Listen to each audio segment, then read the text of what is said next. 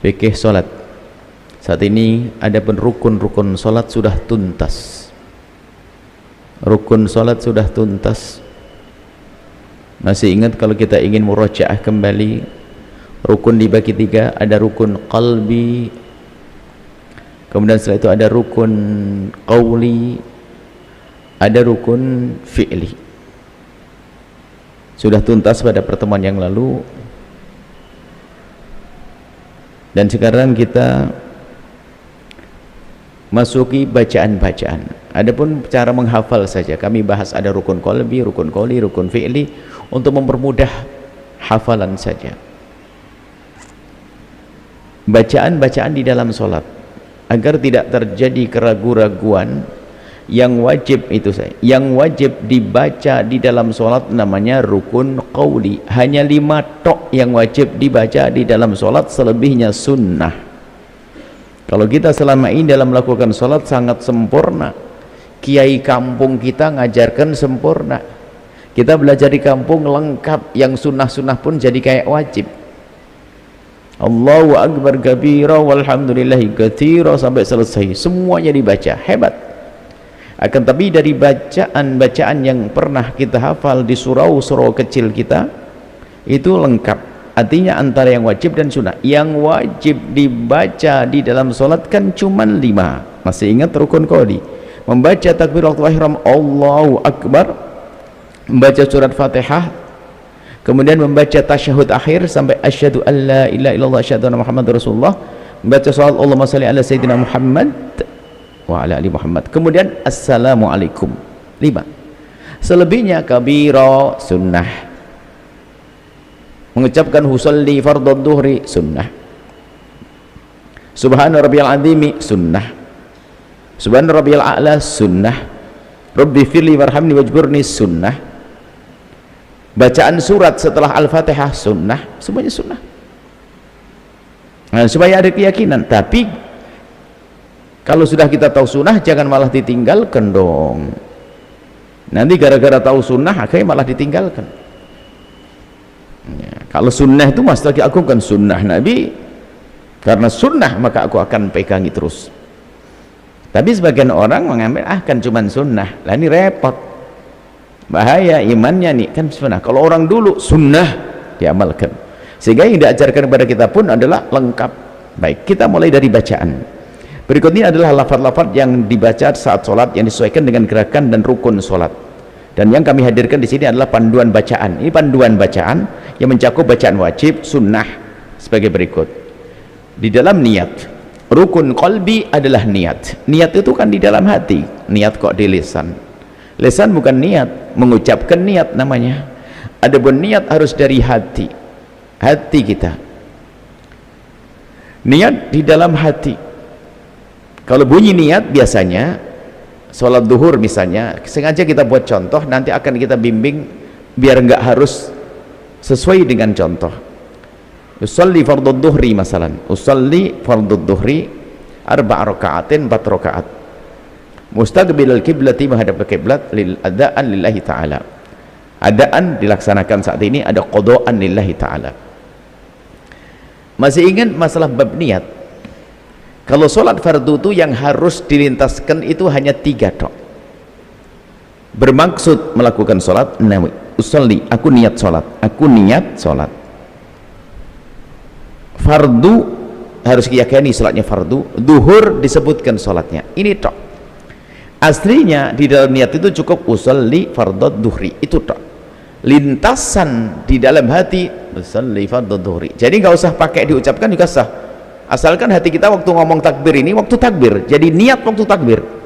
Jadi waktu takbir begini kita menghendaki melakukan sholat duhur, Allahu Akbar, waktu mengucapkan Allahu Akbar kita bermaksud ngapain Allahu Akbar kita ini, namanya juga takbir atau ihram, takbir pembuka untuk kita melakukan sholat. Ihram itu adalah waktu takbir atau ihram, dari yang semula boleh jadi nggak boleh. Kalau sebelum sholat kan boleh makan, sholat nggak boleh. Jadi ini Allahu Akbar, niat itu waktu takbiratul ihram. Niat itu adanya waktu takbiratul ihram di dalam madhab kita Imam Syafi'i. Nanti ada madhab lain mengatakan boleh sebelumnya. Cuman kita madhab Syafi'i. Bagi yang kena waswas ikut. Selain madhab Syafi'i, ke madhab Maliki, Hanafi, semuanya mengatakan niat wajib. Nggak ada yang mengatakan niat tidak wajib. Kalau dinukil dari Imam Abu Hanifah niat nggak wajib, enggak. Niat wajib, cuman waktunya sebagian mengatakan tidak harus waktu takbir.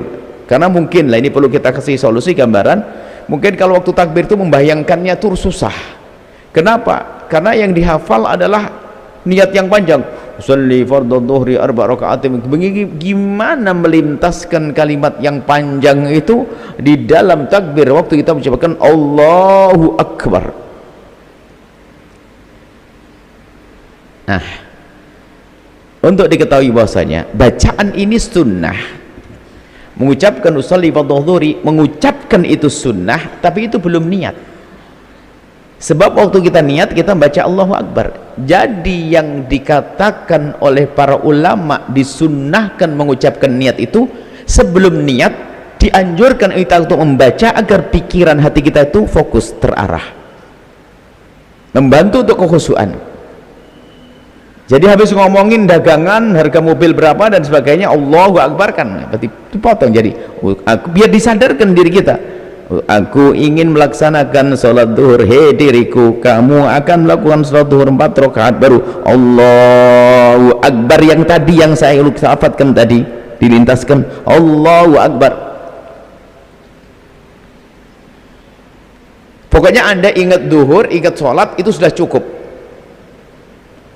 Jangan sampai kena waswas, sehingga ada orang kena waswas mikir ini bingung. Allah repot. Karena kalau waswas itu nggak khusyuk malah. Ini perlu kami jelaskan di sini supaya ibu-ibu di saat belajar harus takbiratul ihram, niat bersamaan dengan takbiratul ihram. Kadang bingung, tidak harus mengucapkan, nggak mungkin Allahu Akbar kita mengucapkan sholli fardhu dhuhri, nggak mungkin. Lintaskan. Waktu ngomong Allahu Akbar itu kita memang bermaksud Allahu Akbar untuk apa itu? Allahu Akbar untuk apa? Untuk sholat duhur, sudah cukup itu. Allahu Akbar untuk sholat asar. Jadi sadari dulu, waktu aku mau sholat asar yang hukumnya wajib fardu, maka dibaca usolli fardhu asri arba' raka'atin. Diingat itu, baru kita masukkan Allahu Akbar, ya itu.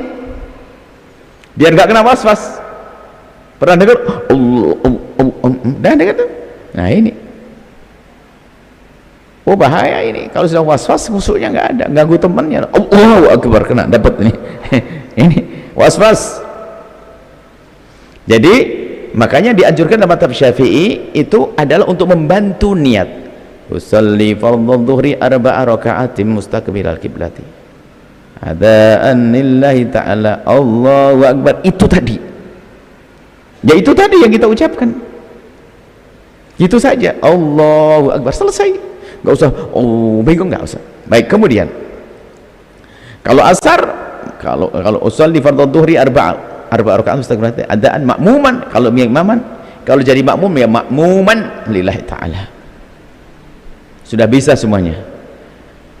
Kalau seandainya nggak hafal niat ini, sengaja kami tulis itu, justru kita ingin menjelaskan kalau tidak seperti ini gimana. Usolli fardhu dhuhri arba'a rakaat mustaqbilati adaan imaman lillahi ta'ala. Jadi imam. Saya mau jadi imam istri saya tapi nggak hafal niat ini gimana? Oh bisa, nggak usah pakai. Sudah pokoknya, ya Allah saya mau sholat, saya jadi imam istri saya nih zuhur, yaitu Allahu Akbar, sudah jadi imam. Nggak usah pakai imaman lillahi ta'ala. Gara-gara hafal itu ketukar lagi, waktu imaman ngomongnya makmuman, istrinya bingung nanti. Gitu. Pakai bahasa Jawa dia dalam dilintaskan. Jadi kita pengen menyederhanakan. Sebab ada seorang suami nggak mau jadi imam, rupanya nggak ngerti niatnya, itu tok, padahal dari kemarin pengen jadi imam. Paling nggak cita-cita istrimu tuh terkabul, saya ingin suami jadi imam saya gitu. Ya bermakna imam lebih luas, paling nggak imam sholat dulu deh. Jadi digampangin ya, yang penting anda bermaksud aku mau jadi imam, sudah ngerti Allah. Nggak usah pakai. Makanya justru kami sebutkan niat-niat yang selama ini dihafal tidak harus seperti itu, tidak harus seperti itu. Usolli fardhu dhuhri arba'a raka'atin mustaqbilati adaan, ini ada, qadaan qada. Qadha sama ada itu artinya sama sebetulnya, cuman di dalam sholat kalau qadha itu sholat di luar waktu, kalau ada tepat waktu, tapi cara bahasa sama. Kalau ketukar pun asalkan tergantung maksudmu apa. Maksudku ya sholat tepat waktu, bukan di luar waktu. Kalau tepat waktu namanya ada, tapi terlanjur ngomong kok qadhaan, ya tetap sah. Sebab antara qadhaan dengan ada itu maknanya sama. Misalnya qadaitu daina, aku bayar utang, wa addaitu daina, aku bayar utang, sama. Secara bahasa sama, antara qadaitu sama addaitu sama. Cuman kalau sudah menjadi istilah beda. Tapi kalau Anda dengan sadar sholatnya qadha tapi ngomong adaan main-main, ya nggak sah. Tapi kalau hanya maksud yang penting di hati. Bahkan kalau seandainya ibu yakin ini sholat maghrib, sudah maghrib dengan adzan maghrib gelap, usolli fardhu dhuhri arba'a raka'atin, Allahu akbar, yang dianggap yang di hati, bukan yang diucapkan kok. Biarpun ngomongnya arba'a raka'atin dhuhur, ya ana enggak niat itu kok, niat saya. Makanya yang terpenting dia hatinya. Makanya di hati itu gampang banget bisa merangkum banyak kalimat, yaitu Allahu akbar gitu. Jadi pengen mengajarkan yang gampang. Jadi pokoknya Anda sadar, makanya ucapkan dulu, aku sholat duhur wajib bagi saya, kalau tidak dosa saya itu Allahu akbar, ya itu. Baik, kemudian ini masalah caranya takbir saja. Sholat asar ada sholli fardhul asri arba'a raka'atin mustaqbilal qiblati adaan lillahi ta'ala. Terus sholat maghrib tidak usah kita baca sholli fardhul maghribi salata raka'atin, 3 rakaat, nggak usah pakai bahasa Arab juga sah. Ingsun, kalau Sunda apa tuh, abdi ingsun kula niat, ya Allah saya niat, pakai bahasa Jawa, saya niat mau sholat duhur ya Allah 4 rakaat wajib bagi saya sekarang ya Allah, Allahu akbar, sah gitu aja. Baik, sholat isya tidak usah kita baca sholat fardhu isya'i, catatan, langsung ke catatan. Sebagaimana yang telah kami sebutkan dalam pembahasan sebelumnya, bahwa berniat itu wajibnya adalah di dalam hati dengan bahasa apapun yang kita mengerti. Adapun melafadzkannya dengan bahasa Arab dengan lisan, hukumnya adalah sunnah untuk membantu memantapkan hati saat berniat. Baik, setelah itu yang kedua takbiratul ihram, Allahu akbar. Yang wajib ya ini baru Allahu akbar. Membaca usolli fardhu dhuhri enggak wajib, wajibnya Allahu akbar. Kemudian insyaallah pertemuan yang akan datang doa iftitah, itu juga sunat kabiro alhamdulillah wajjahtu, atau Allah ba'id baini baina khotoya kama ba'adta bainal masyriq wal maghrib. Ini ada beberapa riwayat, terserah. Nanti insyaallah pada pertemuan yang akan datang tentang doa iftitah.